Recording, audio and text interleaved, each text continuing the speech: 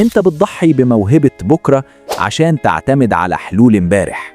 من وقت ما بدأ نظام الجناح المقلوب يسيطر على العالم، الأهلي كان دايماً بيعتمد على الجناح التقليدي اللي بيجري على الخط ويرفع عرضية. نادراً لما شفنا لاعب أعصر بيلعب جهة اليمين ويكون مؤثر.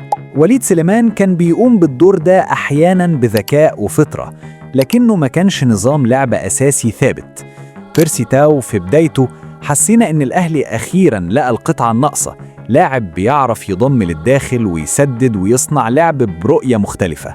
لكن بمجرد تراجع مستوى تاو أو رحيله رجعنا لنقطة الصفر. الأهلي حرفياً متأخر تكتيكياً في المركز ده ونقصه حلول غير تقليدية. المشكلة مش بس في غياب اللاعب، المشكلة في العقلية اللي بتدير الملعب. الأهلي مازال بيعتمد على السرعة والقوة البدنية في الجناح، زي زيزو وطاهر محمد طاهر، لاعبين مجتهدين لكن لعبهم كلاسيكي، بيجري بيخبط وبيرفع.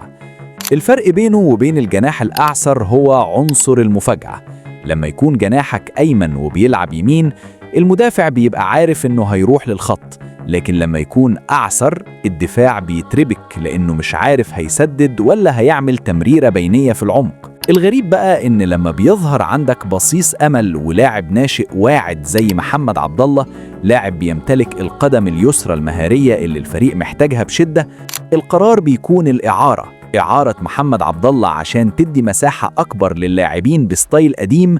ده بيأكد إن الأهلي لسه مش قادر ياخد الخطوة الجريئة في تغيير شكل هجومه. عجبك الفيديو؟